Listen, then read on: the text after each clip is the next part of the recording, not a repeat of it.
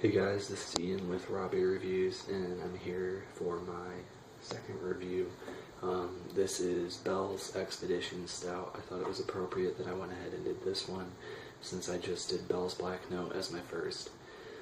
So without wasting any more time, let's go ahead and get into this beer and see how it tastes.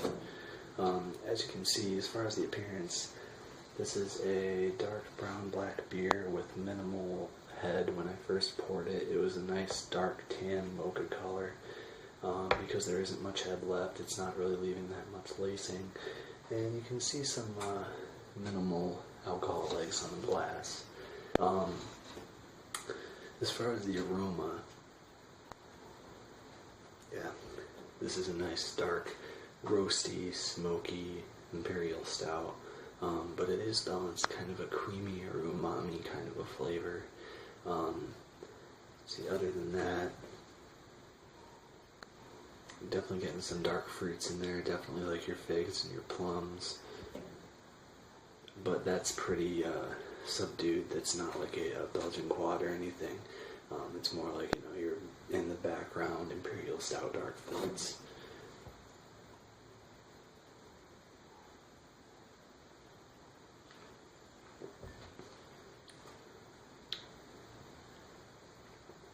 Okay, and the taste pretty much follows the nose. I mean, this is dark, roasty malt, chocolatey, coffee. It's got a little bit of a creamy flavor in there too, and that same umami that you smell in the nose. A tiny little bit of smokiness to it.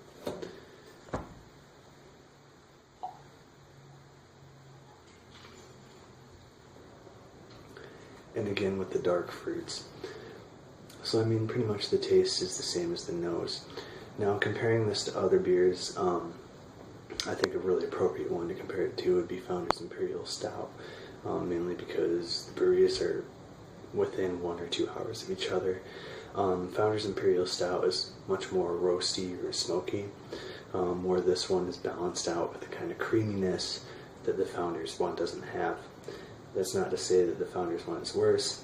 I would personally prefer this one, but I could see how anyone could really prefer either or.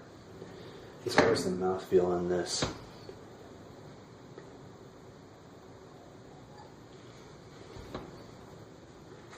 a pretty heavy mouthfeel, as you'd expect for an Imperial Stout.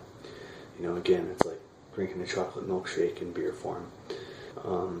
The alcohol is surprisingly well covered at 10.5% alcohol by volume, and the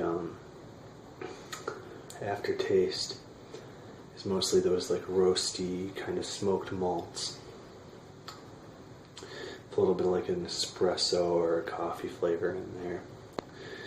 So overall, I think that Bell's Expedition Stout is a really underrated stout. I think it gets like 94 out of 100 on Beer Advocate, but if you look at like BCBS or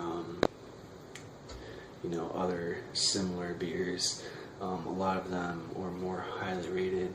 I'm not really sure why. This is very, very distributed, and maybe that is part of what it is. Maybe it's that Expedition Stout is pretty easy to get, where some of the other beers are a little bit more hard to come in and create some hype.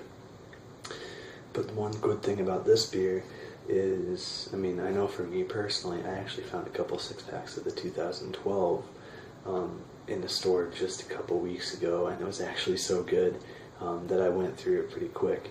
But the point being, you can always find this on the shelves pretty much year-round, so that makes it, pretty good that it's widely available. And for such a good, big beer, that's something that you should definitely take advantage of if you can. I wouldn't eat your heart out to try and trade for this one. I would just wait until you're in an area where it's distributed and pick it up then. It's just too widely available to go through the trouble of trading for it. So that's pretty much all I have for you guys tonight. Have a good night. Again, this is, I'm calling it a raw beer review for now. Maybe I'll change that later, but we'll see. Anyway, have a good night, guys. Cheers.